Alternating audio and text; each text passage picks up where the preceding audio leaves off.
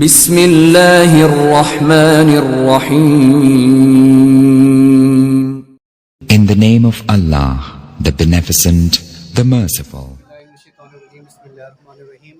آج ہم اپنے جو ہمارے جو طالب علم ہیں، آج ہم ان کو نماز پڑھنے کا عملی طریقہ یہاں پر سکھائیں گے.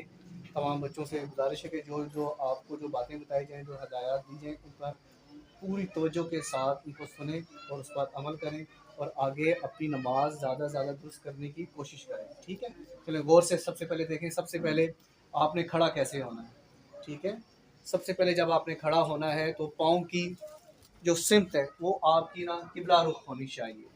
ٹھیک ہے، اور اس میں جو فاصلہ ہے کم و بیش آپ کا 3-4 انگلیوں کے برابر ہونا چاہیے. ٹھیک ہے، اس برابر نہ اس دوران آپ کے پاؤں ایسے کھلے ہوئے ہوں نہ ایسے ہوں، بالکل ایسی نارمل حالت میں ہوں. ٹھیک ہے، پاؤں کا فاصلہ کتنا ہونا چاہیے؟ 4 انگلیوں کے برابر ہونا چاہیے. ٹھیک ہے، اور پاؤں بالکل آپ کے سیدھے ہونے چاہیے، کندھے کے ساتھ کندھا ملا کر. ٹھیک ہے، پاؤں کھولو تو انگلیاں بھی آپ کی قبلہ کی رخ ہونی چاہیے. ٹھیک ہے، بالکل نارمل حالت میں یہاں پر کھڑا ہونا ہے، بالکل ایزی ہو کے. ٹھیک ہے، یہاں پر سب سے پہلے آپ نے کیا کرنا ہے، نیت کرنی ہے. نیت کوئی بھی آپ اپنی مادری زبان میں بھی کر سکتے ہیں. ٹھیک ہے، کہ میں نیت کرتا ہوں نماز مثال کے طور پر، اگر ہم فجر کی پڑھ رہے ہیں، ظہر کی کوئی بھی نماز کا پھر ہم نے نام لگا ہے، نیت کرتا ہوں میں نماز کی پڑھنی اللہ تعالیٰ کے واسطے، 2 رکعت نماز سنت فجر. ٹھیک ہے، فلاں جو بھی نماز ہوگی اس کی میں نیت کر کے وہ میرا خانہ کعبہ شریف. اللہ اکبر. جب آپ اللہ اکبر کریں گے، ٹھیک ہے، غور سے دیکھیں. جب آپ نے اللہ اکبر کہنا ہے، سب بچے غور کے ساتھ دیکھیں. آپ کے یہ دو جو انگوٹھے ہیں، ٹھیک ہے، یہ کان کی لو کے برابر ایسے یہاں پر لا کر آپ نے یہ ہتھیلیاں نہ ایسے کھلی ہوئی ہوں نہ ایسے بند ہوں، نارمل حالت میں.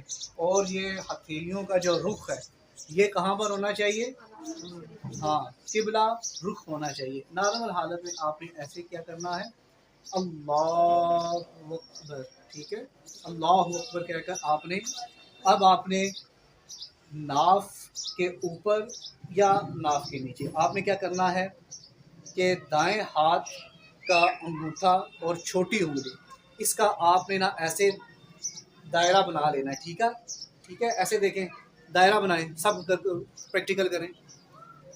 ایسے دائرہ بنا لیں، اور جو 3 انگلیاں درمیان والی ہیں، ٹھیک ہے، 3 انگلیاں جو درمیان والی ہیں آپ نے اوپر کلائی کے اوپر یہاں پر رکھ لینی ہے. اب آپ نے کیا کرنا ہے کہ ناف کے نیچے اب آپ نے یہاں پر ایسے رکھ کرنا،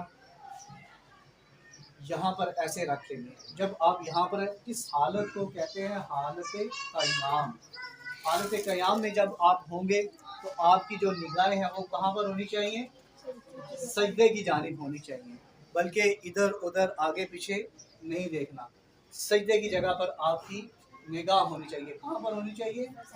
سجدے کی جگہ پر ہونی چاہیے. یہاں پر آپ نے سب سے پہلے کیا پڑھنا ہے؟ سبحانک اللہ پڑھنا ہے، اعوذ باللہ، بسم اللہ الرحمن الرحیم، سورہ فاتحہ، اور ساتھ ہی کوئی سورت میں لا دینی ہے. اس کے بعد نیکسٹ اسٹیپ جو کیا آ جائے گا، وہ آ جائے گا آپ کا رکوع آ جائے گا.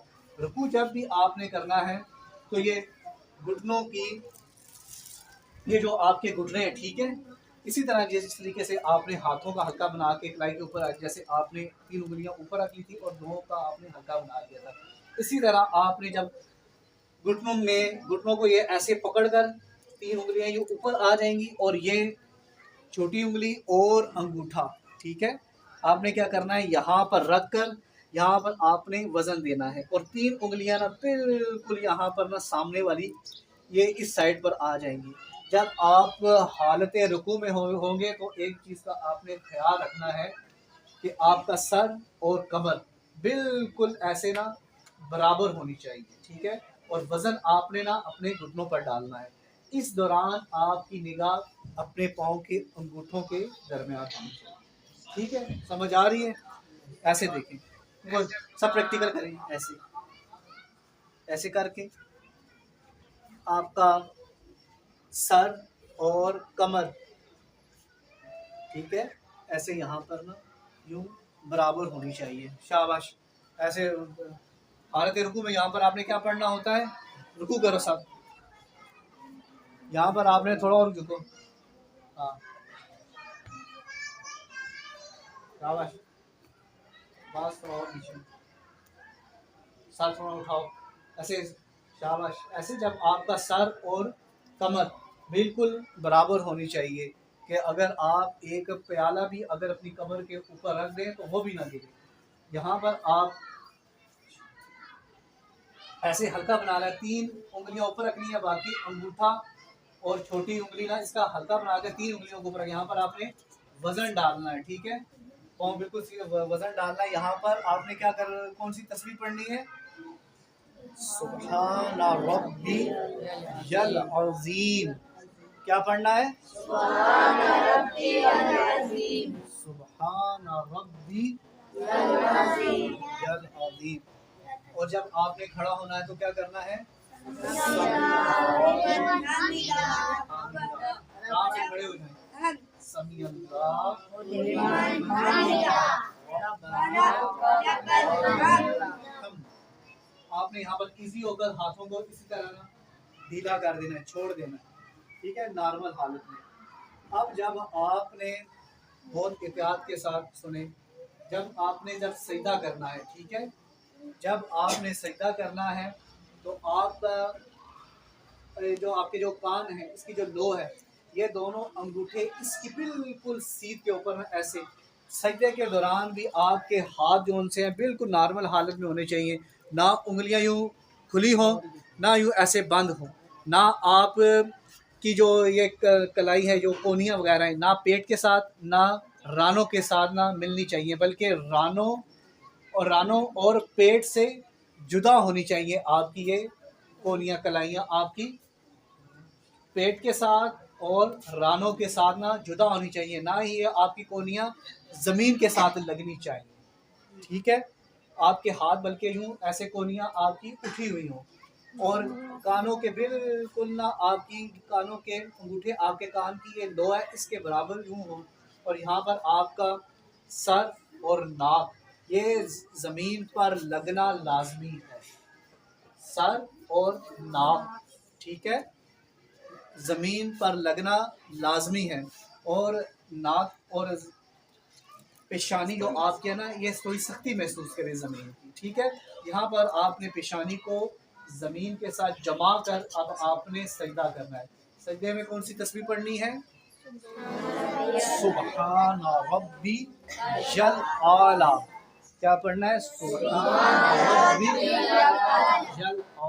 کتنی مرتبہ پڑھنا ہے؟ یہ 3 دفعہ پڑھنا ہے. چلو سارے سجدہ کرو ذرا.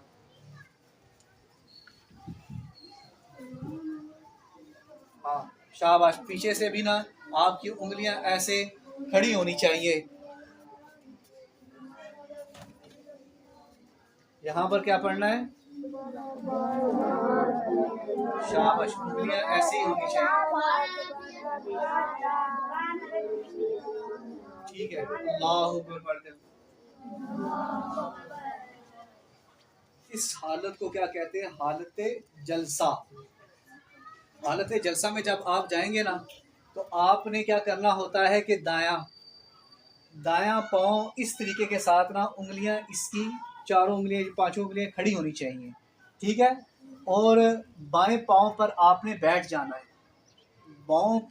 بائیں پاؤں کو بچھا کر اس کے اوپر بیٹھنا ہے اور دائیں پاؤں کو کھڑا کرنا ہے, ٹھیک ہے. کیسے میں دیکھتا ہوں.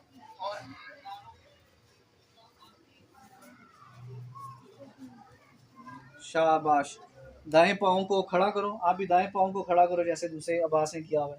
اس والے کو دوسرے پاؤں کو ایسے, ہاں ایسے. آپ بھی وہ دیکھو کیسے کھڑا ہوا. دائیں پاؤں کو کھڑا کرو, ہاں, اور اس پاؤں کو بچھا دو, اس کے اوپر بیٹھ جاؤ ایسے. شاباش. کاشف آپ بھی.